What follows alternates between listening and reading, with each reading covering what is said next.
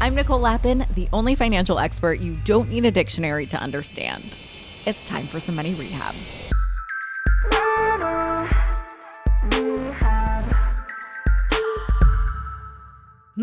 Taxes. I'm not going to do a big old preamble, so let's get right into it and talk about all things IRS and taxes today.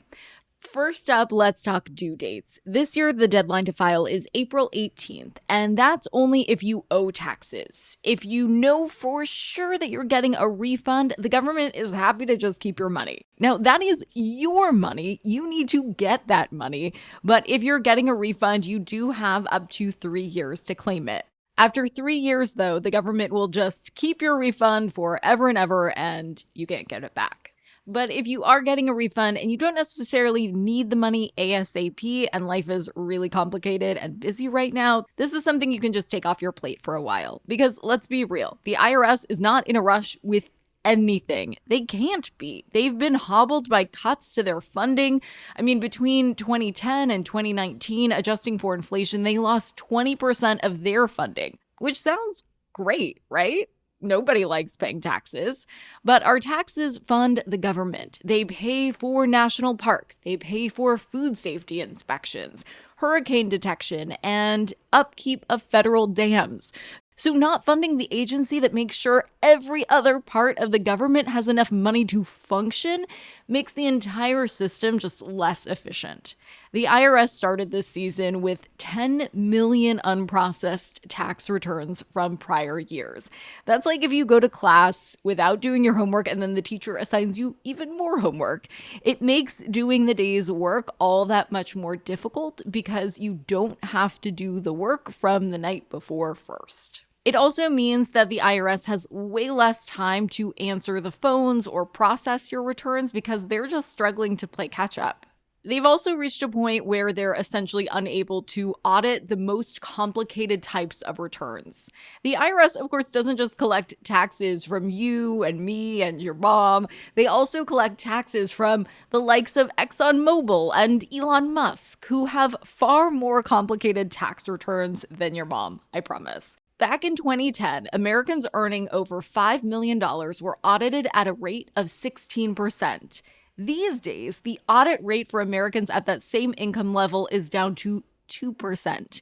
If you earn less than $1 million, your chances of being audited have also decreased, although it was really never that high.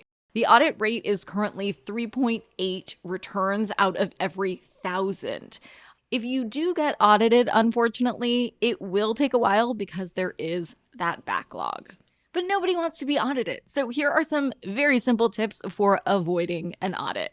First, keep those receipts and don't look like you're guesstimating. If you claim you spent $500 exactly on office supplies, the government knows you are just making that up. Round numbered deductions can trigger an audit for just looking fake. Number 2, excessive deductions also look sus. Sure, maybe you really did donate $50,000 of the $70,000 you made this year. But even if you did, you can see why that looks a little unusual, right? Number 3, and this is where it's easy to get tripped up. Watch out for missing income and missing forms. If you worked a job for 3 months and quit, no call, no show, you still need to get a W-2 form from that job, even if it's awkward, because they reported paying you to the federal government, so you need to report that income as well. Or your numbers aren't going to match up and you'll trigger an audit. Now, all of this confusion and mess could be avoided if we just structured our tax system differently, and we would if I were in charge of the world.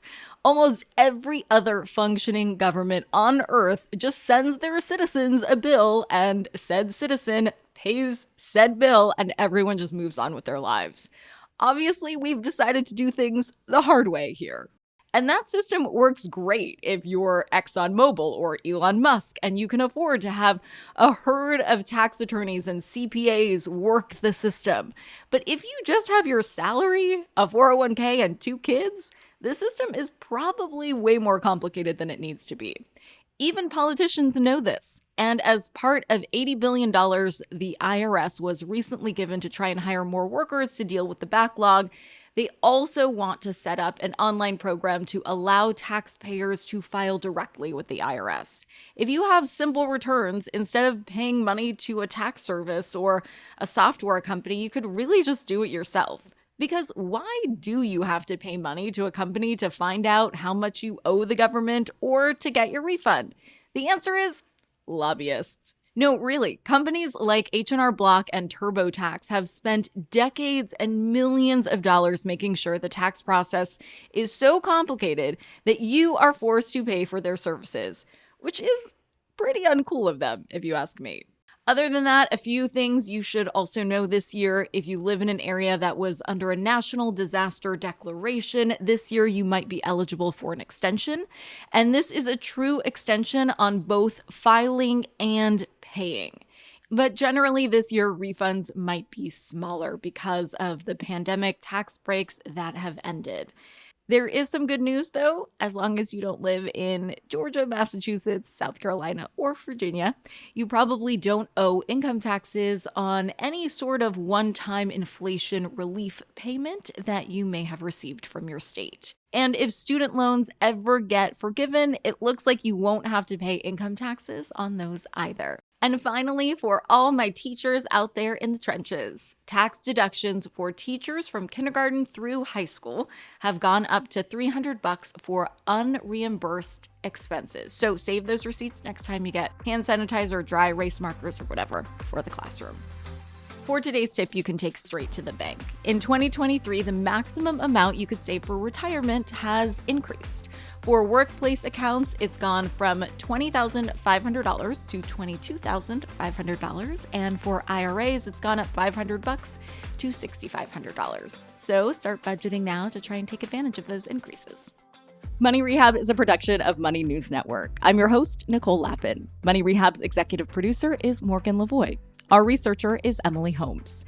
Do you need some money rehab? And let's be honest, we all do. So email us your money questions, moneyrehab@moneynewsnetwork.com, to potentially have your questions answered on the show or even have a one-on-one intervention with me. And follow us on Instagram @moneynews and TikTok @moneynewsnetwork for exclusive video content. And lastly, thank you. No, seriously, thank you. Thank you for listening and for investing in yourself, which is the most important investment you can make.